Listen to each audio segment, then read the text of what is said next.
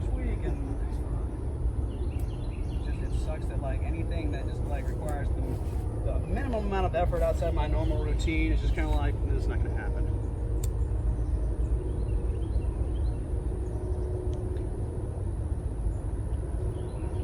So what is that you're doing? I'm setting some burlap on fire, and what it does is that it calms the bees.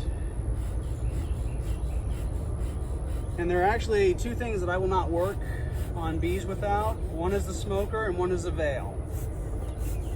You might notice I'm not wearing the whole beekeeper outfit because those really aren't necessary, nor am I wearing gloves, because if you're careful, the bees are nice enough. You know, I don't know why people think that they're mean and they you know, they're going to sting you any chance they get. They're actually very sweet.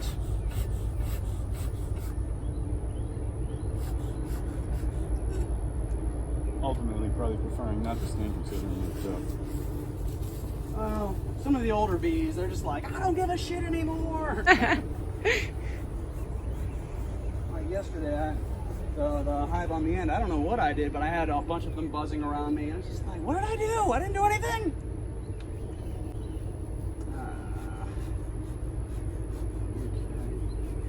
Still a bunch of you in there, isn't there?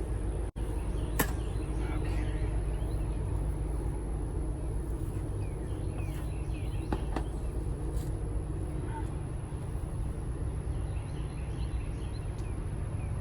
But the bee traps are basically supposed to make it so that the bees can get out of the hive, but they can't get back in. You'll keep me smoking.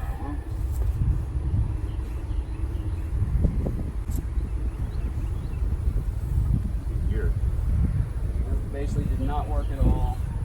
Joy. Alright. Well, could be worse.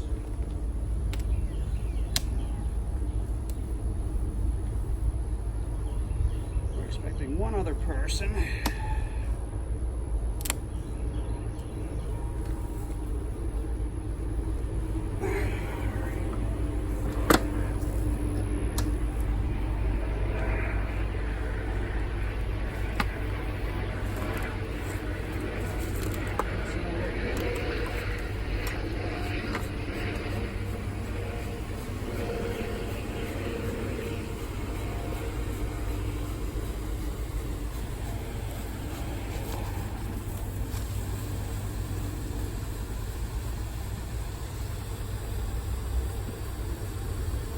Is that the sound of all the bees? That's the sound of all the bees. That's the sound of those bees. You're not even hearing these guys. Come on. Go back to your home.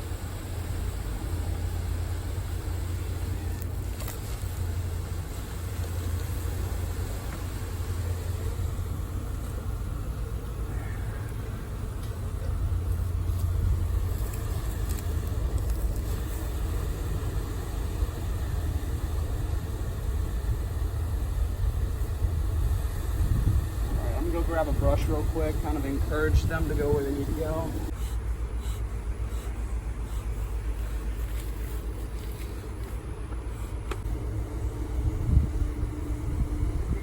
Down in here, it'll come up and it'll force them to come up.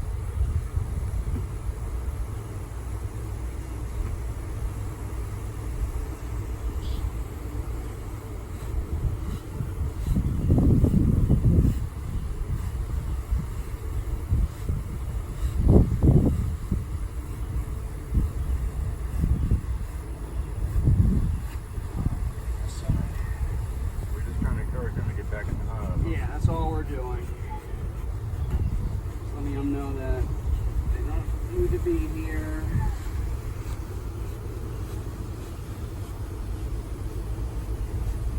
Go back into your home.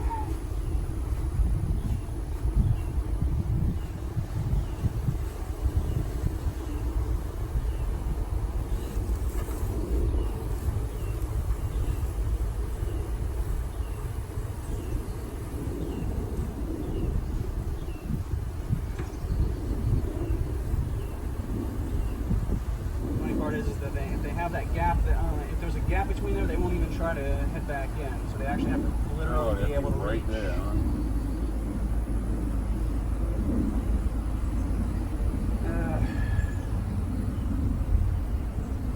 Yeah, thick.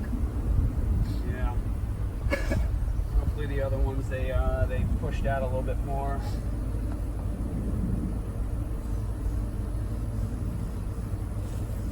All right.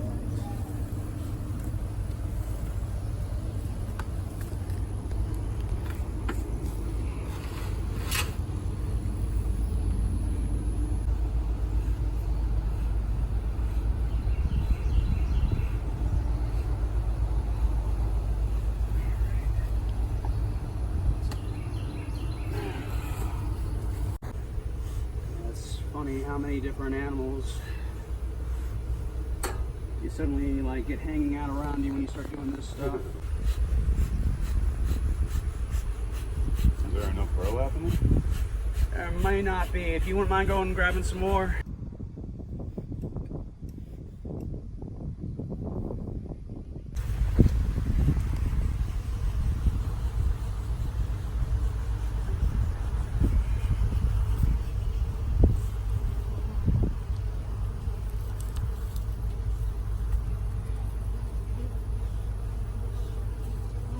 Come on, girl. Go back home.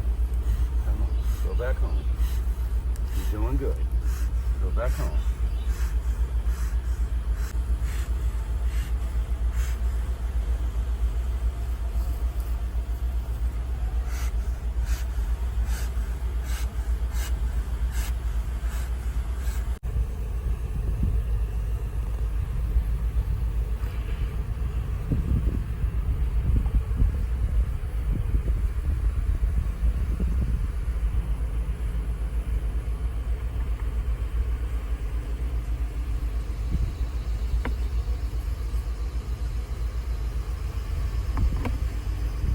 Do you want me to blow that Yeah. thing? Yeah, do it.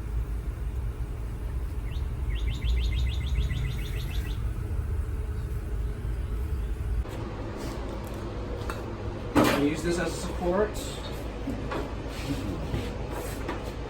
And Is that a hot knife? it is a hot knife. It just cuts right through it. You kind of use a sawing motion.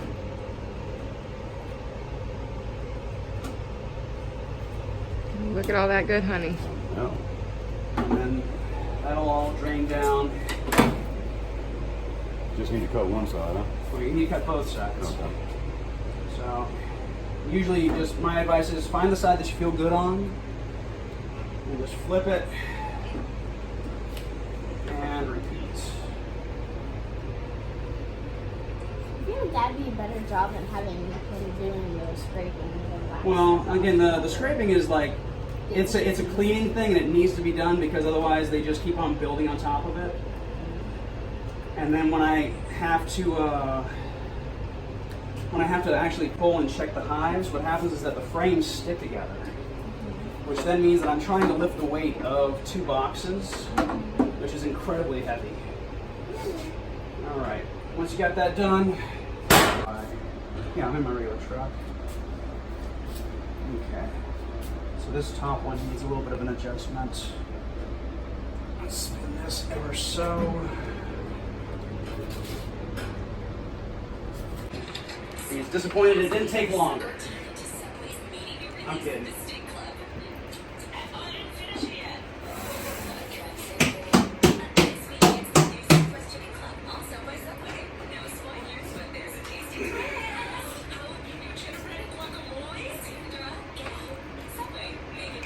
Getting good at it. Yeah, it looks good. I appreciate you trying. That's all I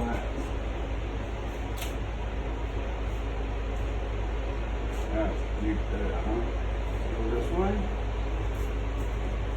Alright, so try to come in up high here.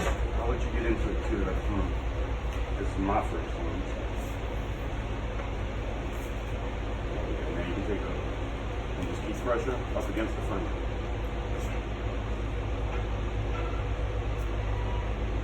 Try to stay flat. There you go. Perfect. By the way, I'm going to cheat here a little bit. Oh, wow. Is it good? Warm. Yes, it's very good. Good job. All right, if you can edge the blade on this piece of wood here so you don't bite into it. You don't roll it. You gotta be like that. See how it's touching both sides of the wood? Go ahead and just go straight down. All right. Now, when I flip, think of butter. And if you try to get a little slice of butter, you wouldn't quite go like this. You kind of go like that, right? So that's what we're gonna do when I flip it. Now there's not much on this side. I'm not sure what we should do about that. Oh yeah, let's get them girls off. Okay. Oh, so close.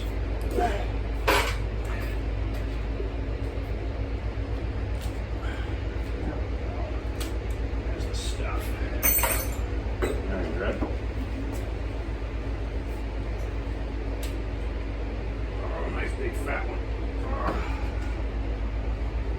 Little girl there, let's get them out of there.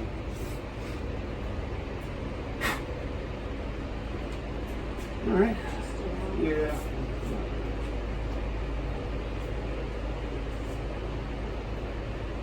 Not too low one.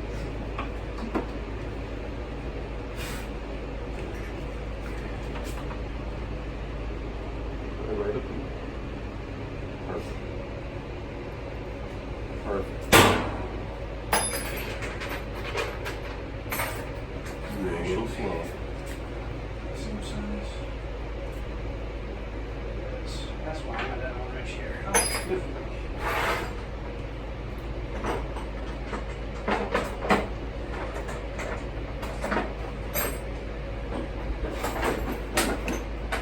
And this one, see a little piece of wood here. You can get right in front of it if you need to. Do you need help with anything? Not at the moment. I'm just kind of observing. Me too. You gotta come get a taste of this. Matter of fact, you ought to get a taste of this right there. It's delicious and warm. Wow. Mmm. That is good. I'm not paying him.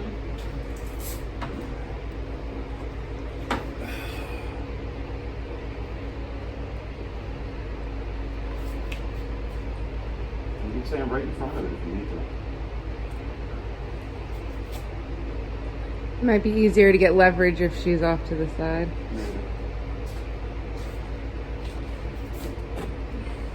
I don't think I'm gonna get too much off of that. Let me get this tray.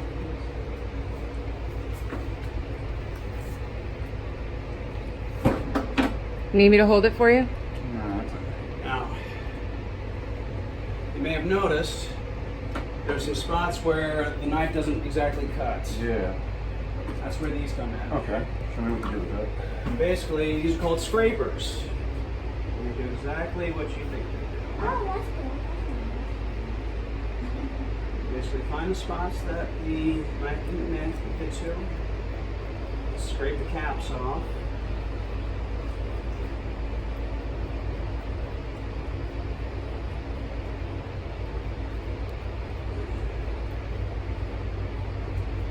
That's usually what happens with 9 and 10 frame boxes, is that the frames are so close together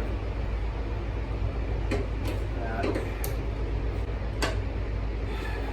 the knife, they build on the inside. All right, we're ready over there? Yes, sir. Everything's lined up. My God, how do you clean this thing when it's done? Unscrew these, take the bolts out. The spindle is connected to the top, so you pull this up and out, spray it all down. And usually when I'm done, when we're done, we usually just hose everything off. And then when it's time to extract again, the day before, I come here with 2 buckets of hot scalding water, clean everything out, scrub it down, spray it off, flip it upside down, and then in the morning come back here, assemble everything, get it together. Where do you Where do I what? Put the honey. Where do I put the honey? The honey goes into the bucket.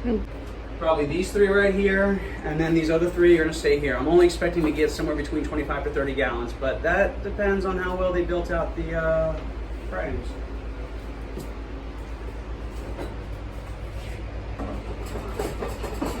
All right, do you want to try holding it and scraping it? Oh, yeah, it's flowing.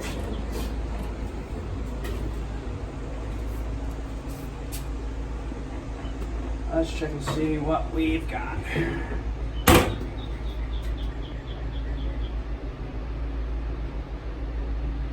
that's most of it.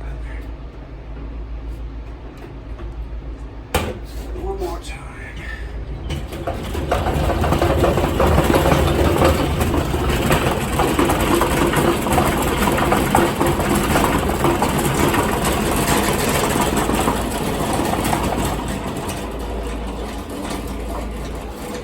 How do you identify roll jelly? It's the white stuff in the bottom of the cells for the brood and for the queens. Okay. You're not going to find any of it in the honey cells. Okay. What is this dark stuff now? That's probably wax. Sometimes we have chunks of it kind of fly off the frames. All right, well, so. Oh, all right. Like, this was a, kept going one way or the other, you know? Yeah.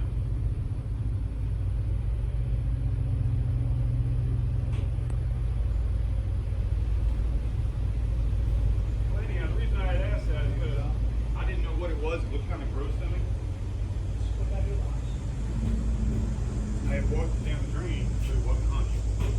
And then the next couple of days, I found myself at like a little health food store, and they're selling royal jelly for $25 a pound, and it looked exactly like what I had, but it was not white. It was not white. Yeah, royal jelly, like real royal jelly, like when you first get it, is like a solid white.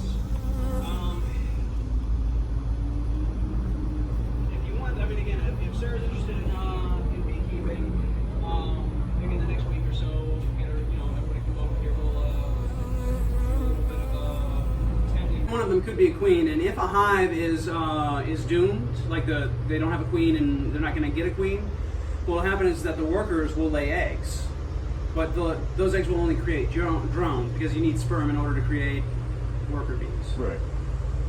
It's kind of an interesting sort of deal.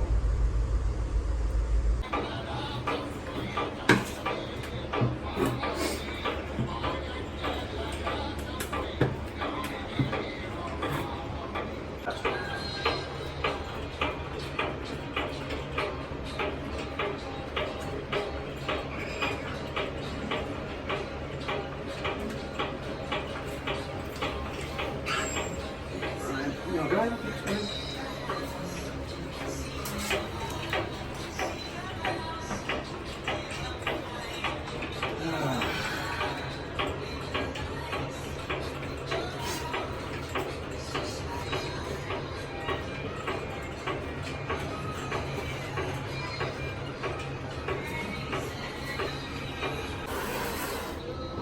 My mom would never stop making babies, and if I had all that. Well, you're going home with that. Right. 20, that's probably 3 gallons right there. Almost 30, I think. Yeah.